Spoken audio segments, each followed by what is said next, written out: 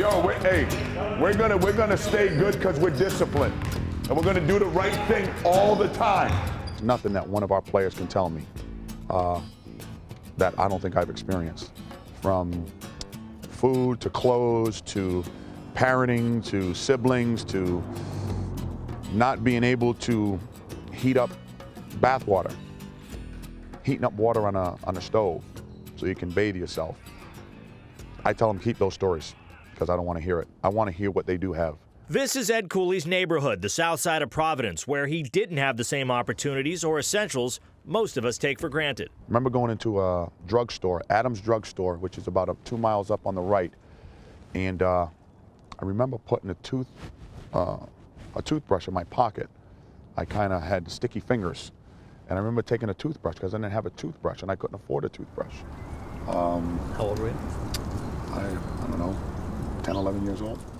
Cooley's single mother was unable to provide much in the way of the staples for him and his 8 siblings. You saw a lot of people, including family members, take the wrong path, and you say you learned lessons from that. I'm a visual learner, both good and bad. No one's perfect, but I saw some of the things that was around me that wasn't positive, and I did not want to have that. I didn't want to be like that. And so he had to make positive things happen for himself. He always had a job, even got one at the laundromat, since he was there anyway doing his and his sister's laundry. He says the most important thing he learned was not to be shy asking for help. I knew basically everybody's food cycle and what time their families would eat, and you know what? I would show up, hey, how you doing? What are you guys doing right now? It's when he came to this house, just about a mile away from his home, that he was given the opportunity of his life. Pops, what's up? All right, how you doing? Good. Come on in. I slept over one night and never left. The Seawrights, he played ball with their son, and although they didn't have much, they sort of adopted Cooley. They provided food. As you know, food was always tough to come by. Shelter. It was always warm here at the house. So he lived there and spent a lot of time here at the Southside Boys and Girls Club. This was a place that was always safe. It was a place where you can get a meal. And it's where he honed his game, a game that earned him a spot in the New England Basketball Hall of Fame for his stellar high school career. Such a good player that he could have wanted to rely on just that. But his English teacher at Central High School wouldn't let him.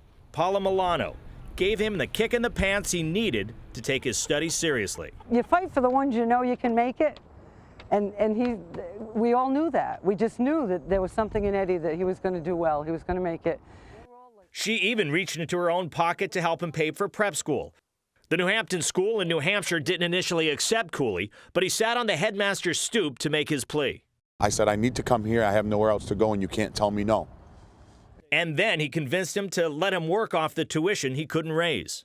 Paid my debt off to the school by working on their grounds and working in a cafeteria and becoming a proctor, and just worked my way through the loan. I don't know if I've ever paid it back. I'm pretty sure that there's a balance out there somewhere. You got some more dishes to wash. Got some more dishes and, you know, some more snow up there they probably want me to plow. Go! Too slow, Ryan. Too slow. Cooley now has his own team and the same old motto. If you want something, you got to work for it and you go ask for it. You go for it all. Don't use excuses for what you don't have. Be appreciative of the things that are in front of you. He swears he'll never go back to a laundromat, and he now provides for his 2 children what he didn't have growing up. But he doesn't resent anything. He got to know and enjoy spending time with his biological father, often visits his biological mother, and appreciates both of them for giving him life.